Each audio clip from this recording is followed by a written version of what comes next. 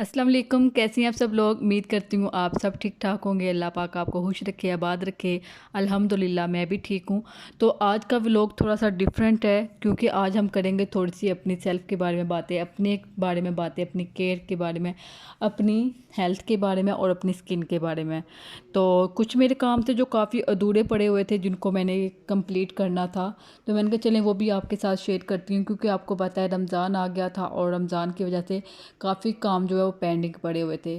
क्योंकि मैं अकेली सारे काम करने होते हैं, मैनेज करने होते हैं, थोड़ा मुश्किल हो जाता है मेरे लिए। तो फिर मैंने इनको ईद के बाद करने के लिए रख दिया था कि मैं इनको ईद के बाद कर लूँगी। तो आप अपने कामों को कैसे मैनेज करते हैं मुझे बताइएगा। तो चलें अब हम बात करते हैं अपने बारे में। तो सबसे पहले आपसे रिक्वेस्ट है मेरे चैनल को सब्सक्राइब कर लें, वीडियो को लाइक कर दें और शेयर कर दें। तो जैसे आपको मैंने बताया था जो पेंडिंग काम थे वो यही था कि जो मेरे सारे कपड़े थे ना सर्दियों वाले वो संभालने वाले थे। कुछ तो मैंने संभाल लिए थे, कुछ रहते थे। मैंने कहा वो भी आपके साथ शेयर करूँगी, साथ आपसे गपशप हो जाएगी। तो हम अपनी सेल्फ़ की कैसे केयर कर सकते हैं? तो हम अपनी केयर ऐसे कर सकते हैं अपनी सेहत का ख्याल रख के। ये नहीं कि अगर हमारी तबीयत ख़राब है तो हम ये भी काम कर लें वो भी। जितना आपकी हेल्थ आपको मतलब बेहतर लगता है कितना काम करके आप इजी फील करेंगे उतना कर लीजिएगा। यहाँ पे मैं बता रही थी हाय ये इतने ज़्यादा कपड़े हैं जो मैंने समेटने हैं, लेकिन ये हमारी ज़िम्मेदारी है जिसको हमने पूरा करना होता है। जैसे आप देख लें कोई स्कूल टीचर है वो स्कूल जाती हैं, वो भी अपनी ज़िम्मेदारी को पूरा करती हैं, ऐसे ही हमें भी अपने काम को पूरा करना होता है क्योंकि ये हमारी ज़िम्मेदारी है, ये हमने करना होता है। तो हम अपनी स्किन की कैसे केयर कर सकते हैं, जैसे मैंने आपको पहले भी एक वीडियो में बताया था कि आप डेली अपनी स्किन की केयर किया करें। केयर कैसे करें? अपनी स्किन को क्लिनजिंग करें, कोई मास्क लगा लें। मास्क आपने कोई भी महंगा नहीं लेना, आप घर में जो बेसन है उसी को लेके उसमें हल्दी मिक्स करके वही फेस पे लगा लें।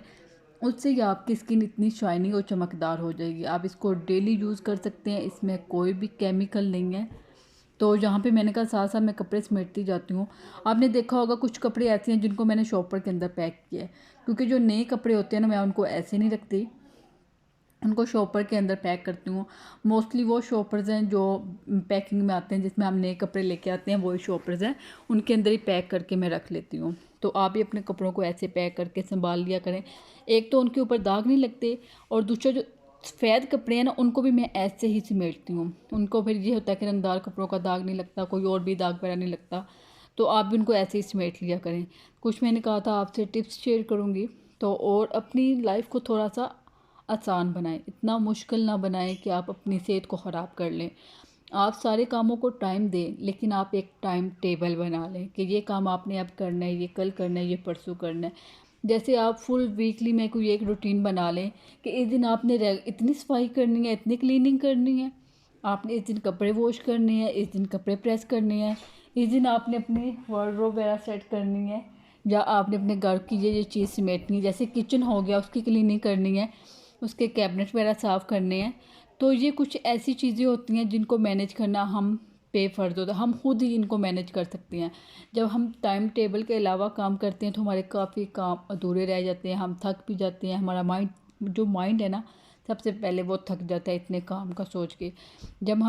जब हम टाइम टेबल बनाया हुआ होगा, सारी चीज़ें हमने मैनेज करनी है जी, हमने पहले अपने माइंड में सेट करना है कि सुबह हमने ये वाला काम करना है और इस काम को हमने ऐसे मैनेज करना है। जब एक चीज़ आपके माइंड के अंदर सेट हो जाती है उस काम को करना बहुत ही आसान होता है। जैसा कि देख लीजिए कपड़े थे, मुझे पता था ये कपड़े समेटने वाले हैं, लेकिन इनका बर्डन मेरे माइंड में नहीं था क्योंकि मुझे पता था ईद के बाद मैं इजीली इनको मैनेज कर लूँगी क्योंकि मैं अपने ऐसे किसी एक दिन टाइम निकाल लूँगी।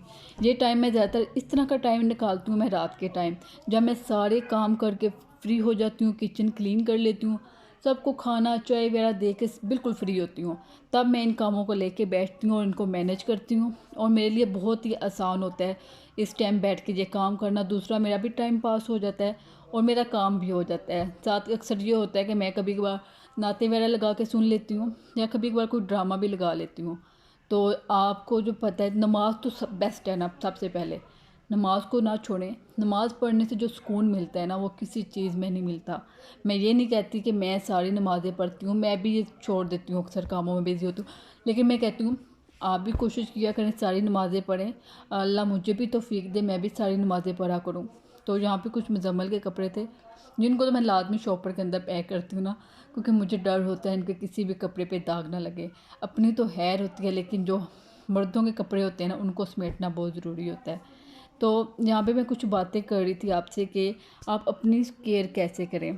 तो अपनी केयर ऐसे ही कर सकते हैं, आप एक टाइम टेबल बना लें, उसके मुताबिक अपने काम को मैनेज करें।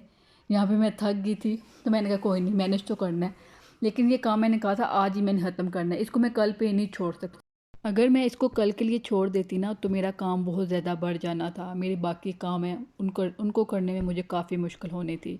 तो इसलिए हर काम के लिए 5 से 10 मिनट निकाला करें। मुझे भी पहले नहीं था मैनेज करना आता इन चीज़ों को, लेकिन मैं भी आपकी तरह हूँ, मैंने भी कुछ चीज़ों को सीख सीख के मुझे समझ आई इस चीज़ को ऐसे मैनेज करना है और इस काम को मैंने ऐसे लेके चलना है। तो मैंने कहा क्यों ना अपनी बहनों से, अपनी यूट्यूब फैमिली से भी ये शेयर करूँ कि आप भी अपनी लाइफ को आसान बना सकते हैं, कामों को ऐसे मैनेज कर सकते हैं। आप जिस दिन आपने कपड़े वॉश करने हो ना, ये मेरी भी रूटीन है, उस दिन मैं ये करती हूँ कुछ ऐसा खाना बनाती हूँ जो इजीली बन जाता हो, ताकि मैं कपड़े आसानी से धो लूँ, मुझे थकावट ना हो और मुझे बार बार किचन में भागना ना पड़े। मैं ये करती हूँ, मैंने उधर से मशीन लगाई होती है, कपड़े मैंने डाले हुए होते हैं मशीन के अंदर, और मैं कोई दाल वगैरह बनाने के लिए रख देती हूँ, आलू वगैरह जो मसाले वाले बनने होते हैं वो बनाने के लिए रख देती हूँ, आटा वगैरह गूँध के रख देती हूँ साथ ही। और जब तक मेरे कपड़े निकलते हैं ना तब तक मैंने अपनी जो बाकी क्लीनिंग की रूटीन है वो ख़त्म कर लेती हूँ। उस दिन क्लीनिंग जो है नॉर्मल सी होती है, झाड़ू लगाती हूँ, तपड़ी कभी उस दिन नहीं लगाती, कोशिश ये होती है कि उस दिन तपड़ी ना लगाऊँ, झाड़ू लगा के किचन साफ़ करके बर्तन वगैरह समेट समूट के खाना बना के फ्री हो जाती हूँ। फिर मुझे पता होता है कि मैंने बस अब रोटी बनानी है और तब तक मेरा जो काम है कपड़ों वाला वो ख़त्म हो जाएगा। क्योंकि आपको पता है कपड़े मैं हफ़्ते में एक दफ़ा ही धोती हूँ, मैं बार बार कपड़े धोने नहीं बैठती। ऐसे फिर बाकी काम करना बहुत मुश्किल होता है अगर मैं रोज़ ही कपड़े धोने बैठ जाऊँ। किसी एक दिन ऐसे होता है कि मैनेज कर लेती हूँ कि कपड़े प्रेस करके रखने हैं। जिस दिन कपड़े वॉश किए उस दिन मैं प्रेस नहीं करती, क्योंकि अगर मैं प्रेस करूँगी कपड़े तो वो थकावट हो जाएगी। तो मोस्टली ये होता है 1-2 दिन छोड़ के करती हूँ।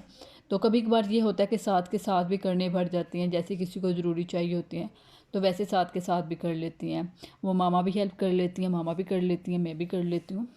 तो ऐसे मैनेज कर लेते हैं हम काम को। जैसे रूम की क्लीनिंग है, ये हफ्ते में एक दफ़ा तो इसकी जो डीप क्लीनिंग है वो ज़रूरी होती है, जिसको करना होता है। इसकी मैंने डीप क्लीनिंग मेरे रूम की भी रहती है, मैंने वो भी आपके साथ शेयर करनी है, तो जिस दिन मैं वो करूँगी आपको बताऊँगी।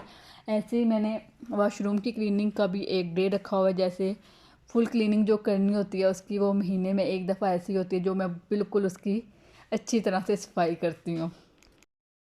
तो ऐसे मैं अपने सारे कामों को मैनेज करती हूँ।